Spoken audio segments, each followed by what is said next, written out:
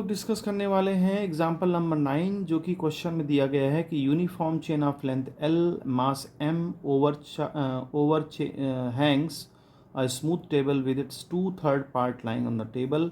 Find the kinetic energy of the chain as it completely slips off the table.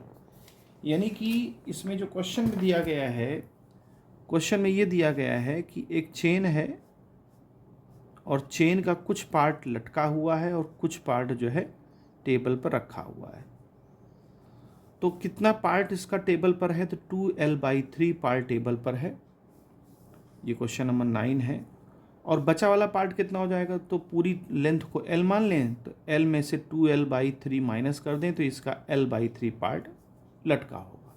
ये situation starting की है।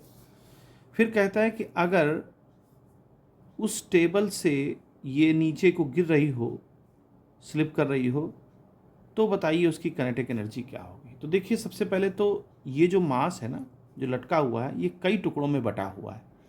तो ऐसे बता पाना मुश्किल है कि किसकी पोटेंशियल एनर्जी कहाँ क्या होगी, तो सबकी अलग अलग होगी। तो हम ये कहाँ सेंटर ऑफ मास मान लें कि एक मिड पॉइंट पर सेंटर ऑफ मास है, और मिड पॉइंट पर चूंकि सेंटर ऑफ मास है तो उसका मास कितना होगा।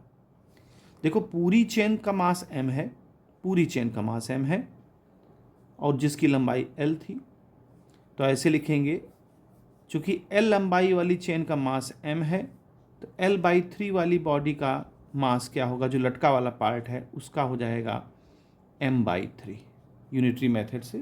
तो इस पार्ट पूरी बॉडी का मास हो जाएगा m/3। तो ये हम सेंटर पे मान लें, चूँकि सेंटर पे मानना ही पड़ेगा आपको, क्योंकि बहुत सारे पार्ट में डिवाइड है ये। जब ये स्लिप कर रही होगी तो ये भी जो है पूरी बॉडी, ये चूँकि पूरा मास यहाँ पर स्लिप कर रहा होगा, तो वो तो टोटल मास m हो जाएगा। अब ये मास है कहाँ, एग्जिस्ट कहाँ कर रहा है?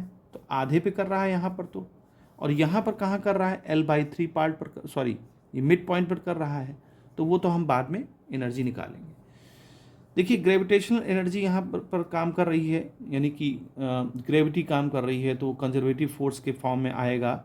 तो वहाँ पर हम ये कह सकते हैं kinetic energy initial, potential energy initial, kinetic energy final और पोटेंशियल एनर्जी फाइनल के इक्वल होगा। अब चूंकि काइनेटिक एनर्जी स्टार्टिंग में देखें तो ये लटका हुआ है, तो काइनेटिक एनर्जी 0 है। अच्छा, दूसरी बात, इसको हम फ्रेम ऑफ रेफरेंस मान लें। अगर इस टेबल का ये पार्ट फ्रेम ऑफ रेफरेंस है, तो ये नीचे जाएगा पार्ट, तो माइनस में लिया जाएगा पोटेंशियल एनर्जी। तो पोटेंशियल एनर्जी हमारी माइनस में होगी, क्योंकि अर्थ के नीचे जा रहा है, ये समझ के मान के चलते हैं कि अर्थ के नीचे जा रहा है। अब मास कितना होगा इसका?